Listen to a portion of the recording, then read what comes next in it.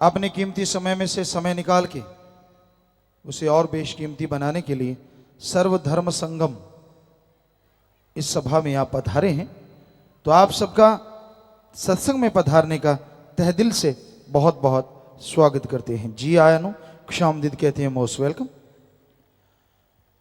और ये सर्वधर्म सत्संग इसलिए है, हम सभी धर्मों को इसलिए मानते हैं क्योंकि हमने सभी धर्मों को पढ़ा है, और जब पढ़ा तो सारे धर्म 99% एक जैसे हैं। हो सकता है एक दो बातें आपस में समझ का फर्क हो, वरना कहीं भी कोई गलत शिक्षा किसी भी धर्म में किसी को नहीं दी गई।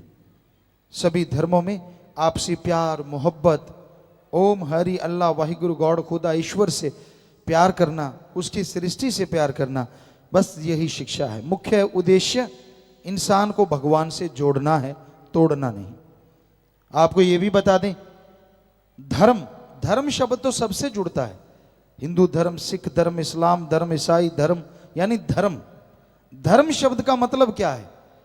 धर्म शब्द का मतलब है धारण कर लो, ग्रहण कर लो, अपना लो, यानी जोड़ना तोड़ना नहीं। इंसान को इंसान से जोड़ो, इंसान को सृष्टि से जोड़ो, इंसान को भगवान अल्लाह राम से जोड़ो, इसी का नाम धर्म है। धर्म का नाम किसी को तोड़ना नहीं होता।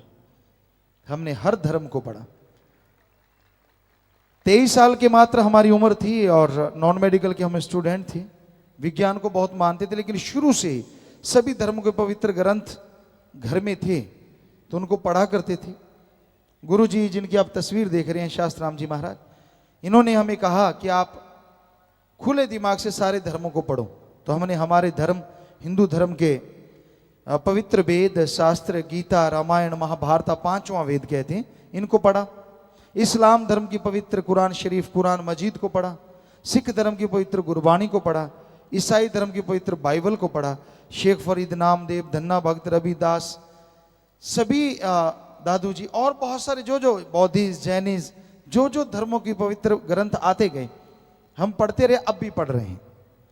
क्योंकि धर्म अथाह ज्ञान है, अपने अपने विचार हैं संतों के, पीर पैगंबरों के, गुरुओं के, महापुरुषों के।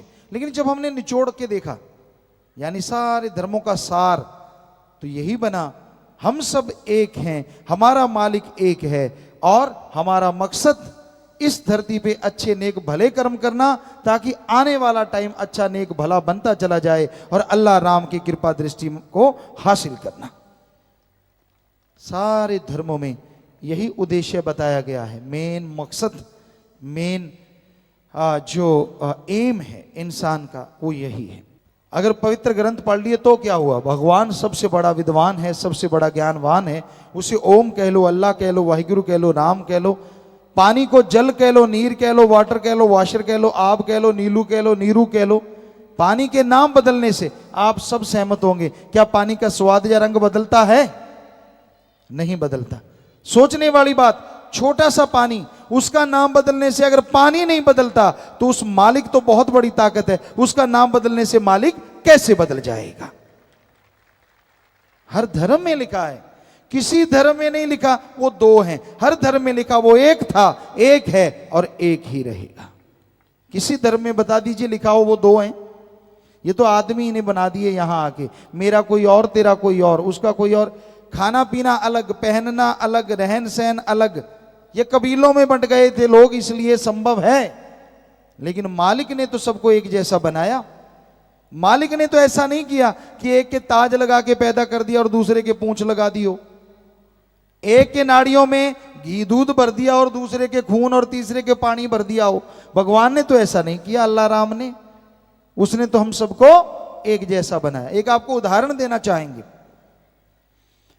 सारे धर्मों के छोटे छोटे बच्चे एक जैसे शक्ल वाले हों, जन्म लेते ही एक जगह लिटा दो, और आप में से कोई भी बुद्धिजीवी जो सबसे ज्यादा दिमाग रखता हो, क्या उन जन्म लेते बच्चों को एक जगह लिटाए, एक जैसा रंग, क्या आप बता सकते हैं कौन सा बच्चा किस धर्म का है? कोई धर्म को लेके पैदा नहीं होता, पैदा लेके होता है इंसानियत, आदमियत। और जब यहाँ धरती पे आता है, जैसे माँ बाप जैसी शिक्षा लेता है, उसी धर्म का रंग रूप बनता चला जाता है। यही धर्मों में लिखा हुआ है, यही सच्चाई है। समाज की गंदगी दूर हो, अंदर से बाहर से बुराइयां हट जाएं, तो धन्य है वो माँ बाप जिनके बच्चे इसमें साथ देते हैं, इंसानियत का कार्य करते हैं। क्योंकि इंसानियत, मानवता, आदमियत किसे कहते हैं? किसी को भी दुख दर्द तकलीफ में तड़फता देख के उसके दुख दर्द में शामिल होना और उसके दुख दर्द को दूर करने की कोशिश करना, इसी का नाम इंसानियत है, आदमियत है, मानवता है।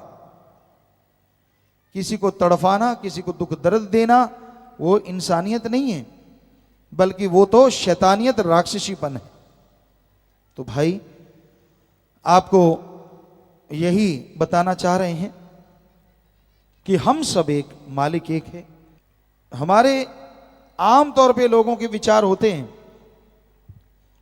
कि जैसा ओम हरि अल्लाह राम ने लिखा है, इंसान को वैसा ही मिलेगा, कि जो लिख दिया गया वो मिलेगा। वाकई सच है, जो लिख दिया गया वो तो मिलेगा।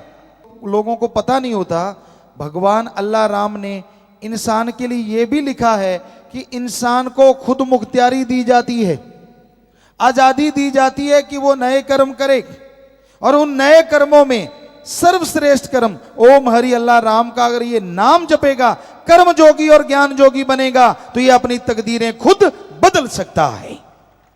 इस बात को लोग भूल जाते हैं। दिया तो मालिक नहीं है ये तोहफा, पर दिया सिर्फ और सिर्फ इंसान को है। किसी पशु, किसी पक्षी, किसी और रेंगने वाले कीड़े मकोड़े या किसी पेड़ पौधों को नहीं दिया, सिर्फ मनुष्य को। किसी देव फरिश्ते को नहीं दिया, सिर्फ मनुष्य को। मनुष्य को यह अधिकार है, हर धर्म में लिखा है कि वो कर्म जोगी और ज्ञान जोगी बने। हक हलाल, दशानों कीर्त कमाई, कड़ा परिश्रम, हार्ड वर्क, हर धर्म में यही है। ये करे और मालिक को याद करे तो वो अपनी तकदीरें बदल सकता है। इसलिए हाथ पे हाथ धर के मत बैठो, जो लिखा है वो तो मिल ही जाना है। नहीं, हमारा फर्ज मेहनत करना है, और सत्संग में आके इसका पता चलता है। सत्य यानी ओम हरि अल्लाह राम, सच। सत्य का मतलब सच।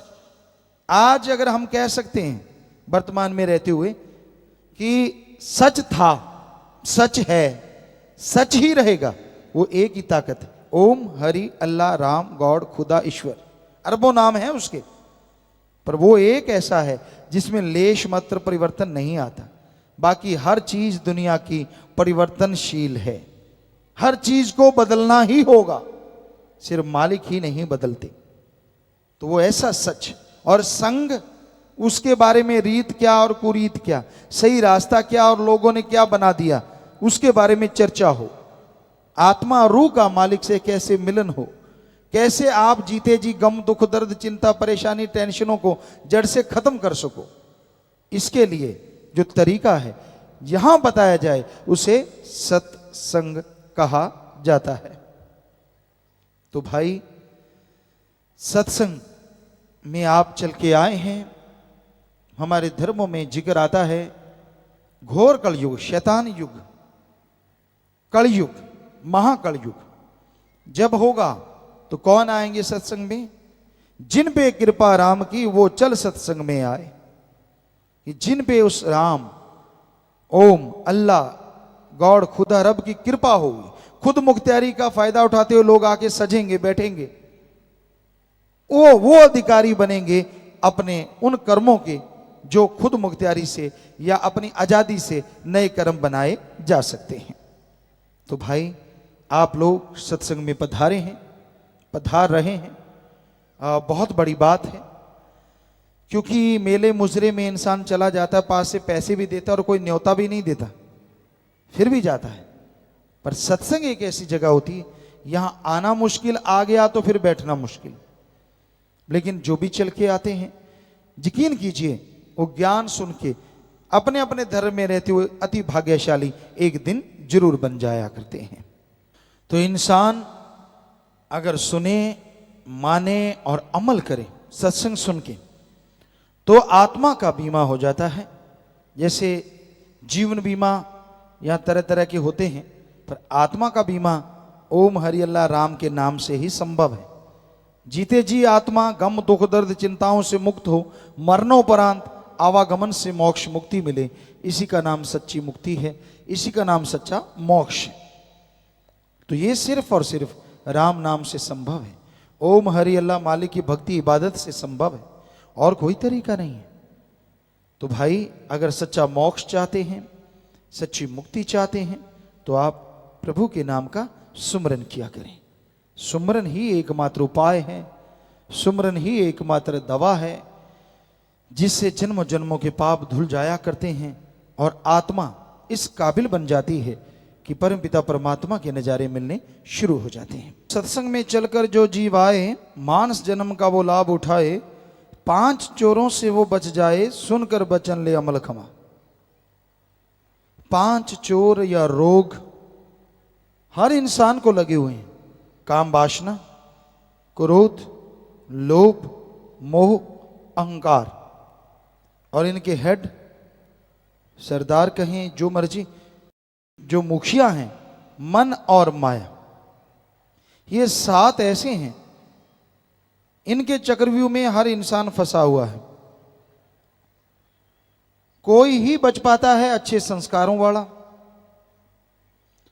या जिसपे प्रभु की कृपा हो, अल्लाह मालिक राम की कृपा हुई, वो सुमरन करता हो, भक्ति इबादत करता हो, उसके अंदर बिल पावर आत्मविश्वास आता है, और वो आत्म बल के द्वारा अपनी इन बुराइयों पे जीत हासिल कर सकता है।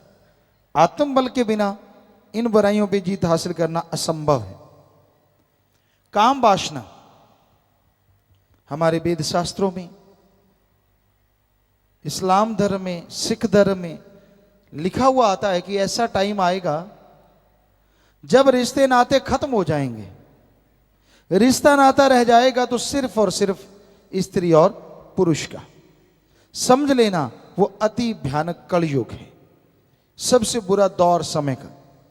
रिश्ते नातों पे जब गाज गिरेगी, काम वासना में अंधे हो जाएंगे लोग। और आप सुनिए, ऐसा हो रहा है। बाहर के मुल्कों में तो ऐसे कानून बनाए जा रहे हैं कि बेटा अपनी मां से शादी कर सके। शायद इजराइल या नाइजीरिया, हमारे पास वहां के सत्संगियों ने बताया कि गुरुजी हमारे इधर ऐसा हो रहा है, कानून बनने जा रहा है कि बेटा अपनी मां से शादी करवा सकता है। तो हमारे धर्मों में जो निशानियां दी थी बिल्कुल यही थी कि ऐसा घोर कलयुग आएगा जब मां बेटे को सेज हंडाएगी। ये रिश्ते नाते टूट रहे हैं तो काम वासना की वजह से। काम वासना की आंधी जिस दिलो दिमाग पे छा जाए उसे कुछ भी अच्छा नहीं लगता। और फिर ये भी है गुस्सा। जब इंसान को क्रोध आता है, कई बार ये नहीं पता चलता सामने मां है, बहन है, बेटी है, बेटा है, पति पत्नी, कोई भी रिश्ता नाता कोई मायने नहीं रखता, क्योंकि धर्मों में लिखा है कि क्रोध चंडाल का दूसरा नाम है। जब क्रोध आ जाए आदमी अपने बस में नहीं रहता, पता नहीं क्या कर डाले, और फिर पछताता है बाद में कि मैंने मां को, बाप को, बेटी को, फलां को ऐसे क्यों बोला, नहीं बोलना चाहिए था। पर जब क्रोध आया तो वो छा गया जी, किसी को कुछ पता नहीं चलने देता। मोह ममता, आपने महाभारत में सुना होगा, धृतराष्ट्र आंखों से तो अंधा था, वो मोह में भी अंधा था। दुर्योधन को उसने जहर बना दिया था पूरा। तो वो कैरेक्टर इसलिए मशहूर हुआ क्योंकि उसने मोह ममता बहुत ज्यादा थी, और ये नहीं देखा कि मेरा लड़का काबिल है कि नहीं है, और उसको शय देता चला गया, और जिसका परिणाम कुल का, वंश का नाश करवा लिया। तो पहले तो धृतराष्ट्र मशहूर हुआ, लेकिन आज धृतराष्ट्र मशहूर क्यों नहीं हो रहा, बुरा ना मानना। पहले वो एक था इसलिए मशहूर हुआ। आज देखने वाली बात है धृतराष्ट्र कौन नहीं है। इसे देखो, अपनी कुर्सी, अपनी चारपाई, अपना फलां फलां फलां फलां फलां, चक्कर तो ये पड़ा हुआ है। तो भाई मोह ममता एक हद तक तो कर्तव्य है, अपने बच्चों को अच्छी शिक्षा दिलाना, उनको अच्छे बनाना, उनकी संभाल करना, यह कर्तव्य है, ये मोह ममता नहीं है। पर वो चोरी करें तो आप बोलो कि मेरा खून ऐसा कर ही नहीं सकता, किसी के थप्पड़ मारें तो बोलो कि मेरा बेटा तो ऐसा कर ही नहीं सकता। ये अंधा मोह है जो उस बच्चे को एक दिन इंसान नहीं शैतान बना डालेगा। इसलिए मोह ममता की अति बड़ी ही भयानक है, चाहे वो किसी से भी क्यों ना हो। फिर है लोभ। लोभ है सर्व पाप का बाप। यहां लोभ लालच आ जाते हैं, वहां सारे पाप अपने आप जुड़ जाते हैं। इस लोभ लालच की वजह से रिश्ते नाते सब बर्बाद हो जाते हैं। दो भाई एक मां की गर्भ से पैदा होते हैं, एक बाप के बेटे। छोटे होते कहते कि मैं तेरे लिए जान दे दूंगा, मैं तेरे लिए कुर्बान हो जाऊंगा। बड़े होते हैं, बड़े होते हैं, बड़े होते हैं, और एकदम से जो एक दूसरे के लिए जान देने को कुर्बान होते हैं, वो एक दूसरे की जान के प्यासे हो जाते हैं। क्यों? लोभ लालच, जमीन जायदाद का, नौकरी का, पैसे का, खेती का, यानी मेन माया। जैसे ये लोभ लालच आता है तो भाई भाई को मार देता है, बेटा बाप को मार देता है, और कोई रिश्ते नाते नहीं रहते। कैसे जहर बन जाता है इस लोभ लालच की वजह से।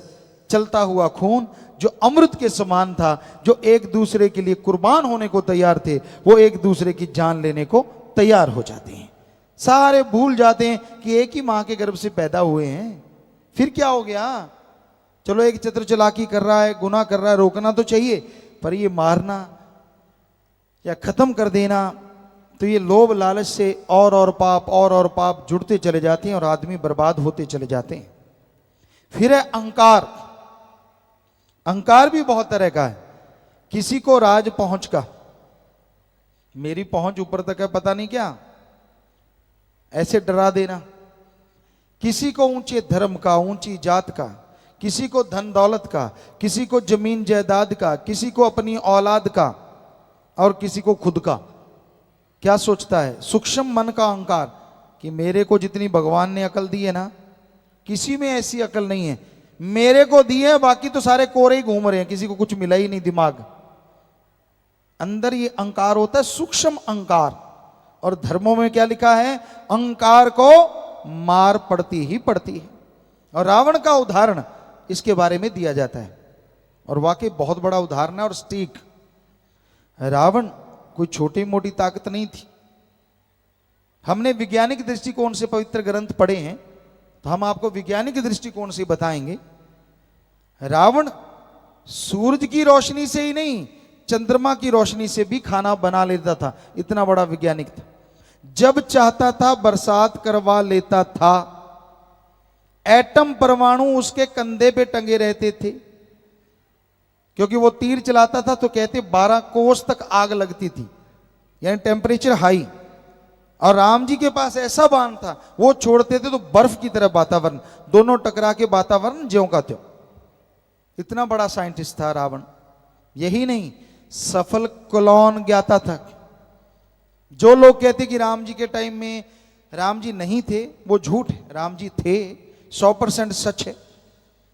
और वो सफल क्लोन ज्ञाता था रावण। उसके खुद के तो 3 या 5 ही बच्चे थे, बाकी सब क्लोन थे। क्लोन 1 लाख हो गए थे। और आगे सफल क्लोन ज्ञाता था, क्योंकि बाकी बच्चे नाती थे, वो 1.25 लाख थे, यानी बच्चों के भी आगे बच्चे। सफल क्लोन ज्ञाता। अब ज्ञान की बात करें, चारों वेदों का टीकाकार पंडित, चारों वेद हमने पढ़े। इतना ढेर लग जाता है अगर इस मेज पे रखें तो, इतनी ऊंची।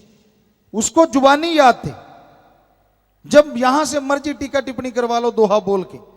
इतना जबरदस्त ज्ञान। सफल राजनीतिज्ञ श्री राम जी ने लक्ष्मण को कहा था लास्ट में, जब मर रहा था रावण, कि इसको राजनीति का गुरु बना लो, ये राजनीति बहुत ज्यादा जानता है। इतना बड़ा राजनीतिज्ञ। लेकिन उसने क्या किया? ये तो हमने थोड़े से गुण बताए हैं, उसके और भी बहुत गुण थे। तो उसने एक ही अवगुण किया, अहंकार, कि मुझे तो मौत भी नहीं मार सकती, मौत को भी मैंने बांध लिया है। और सीता जी को उठा लिया इसी अहंकार में। तो एक लखपूत सवा लख नाती, तेरा वन घर दिया ना बाती। तो इसलिए अहंकार कभी ना करो। थोड़े से पैसे हो जाएं, दो चार लोग आगे पीछे घूमने लग जाएं, अकड़ अकड़ के चलता, कहता आदमी तो मैं ही हूं, बाकी तो कीड़े मकोड़े। ना भाई ना, ऐसा ना कर।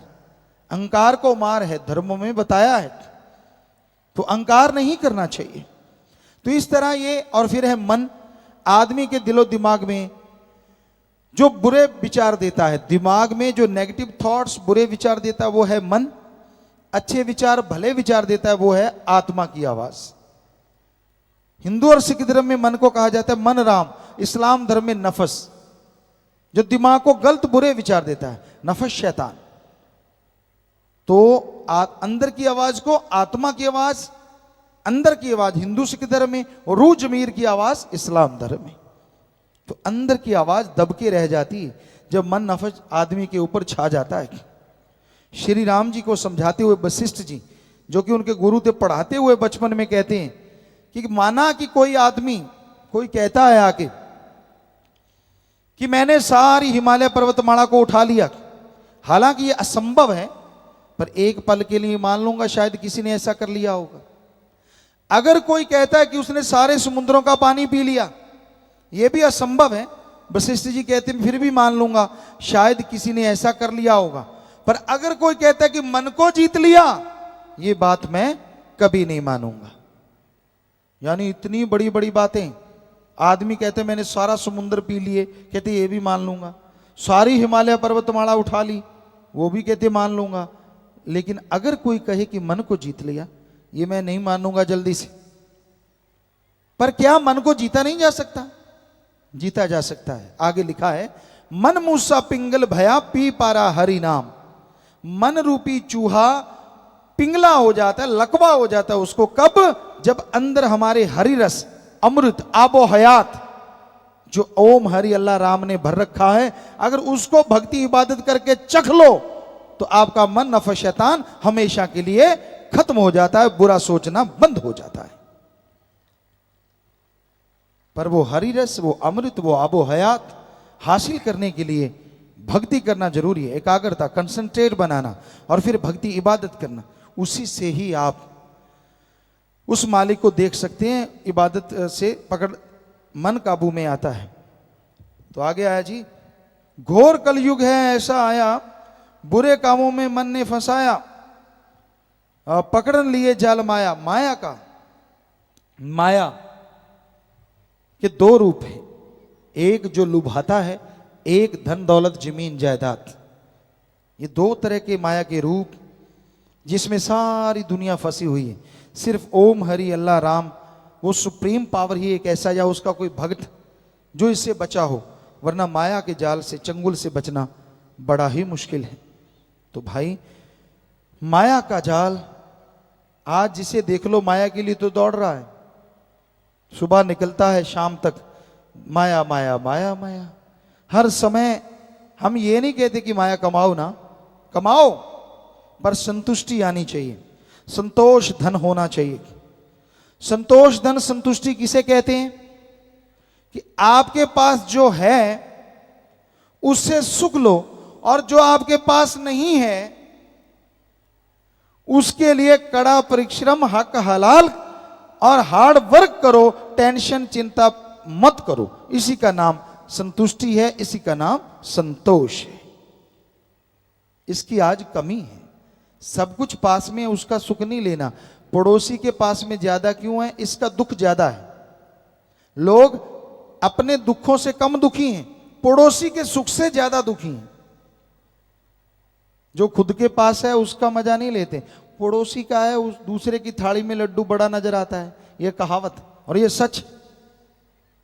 खुद के पास कार भी हो और पड़ोसी का बाइक अच्छा निकल गया पास से, कहते यार ये बाइक लेके कैसे निकल गया पास से, पंक्चर हो जाना चाहिए ये तो मतलब लोग इस तरह से जलते रहते हैं, उस जलन से दुखी रहते हैं, परेशान रहते हैं, गमगीन रहते हैं। तो ये जलन जब तक खत्म नहीं होगी तब तक मालिक की खुशियां हासिल नहीं होंगी। ये हमने देखा है, हर किसी में ये भरा हुआ है। ईर्ष्या, नफरत। आपको एक शेर सुनाते हैं। लकड़ी जल कोयला भई और कोयला जल भयो राख। लकड़ी जल कोयला भई और कोयला जल भयो राख। ईर्ष्या नफरत में इंसान ऐसा जलो, कोयला भयो न राख। लकड़ी जलती है तो कोयला बन जाता है, और कोयला जलता है तो राख, हवाई राख उड़ जाती। लेकिन ईर्ष्या नफरत में इंसान ऐसा जलता है, ना तो वो कोयला बनता है ना राख बनता है। सारी जिंदगी गिल्ली लकड़ी के मानिंद सुलगता रहता है, दुखी होता रहता है। हमने देखा जिनके अंदर ईर्ष्या नफरत की बीमारी होती, बेवजह दुखी होते हैं, परेशान होते हैं, तड़फते रहते। हर किसी ने अपने अपने कर्मों का खाना है। किसी से ईर्ष्या नफरत करोगे तो आप उसका कुछ बिगाड़ नहीं सकते, बल्कि अपना ही बिगाड़ोगे। आप दूसरों में जो देखते हो वो आप में आता है। अगर आप दूसरों में अवगुण देखते हो तो आप में आ जाएंगे। इसलिए दूसरों के गुण देखो ताकि आपके अंदर आए। जो खुद में देखता है वो चला जाता है, तो खुद में गुण ना देखो, खुद में जो अवगुण है वो देखो, ताकि आपके अवगुण चले जाएं और आप गुणवान बन जाएं। तो भाई, इंसान अगर ऐसा सोच ले, ऐसा मान ले, तो उसे किसी भी तरह की कोई कमी नहीं रहती।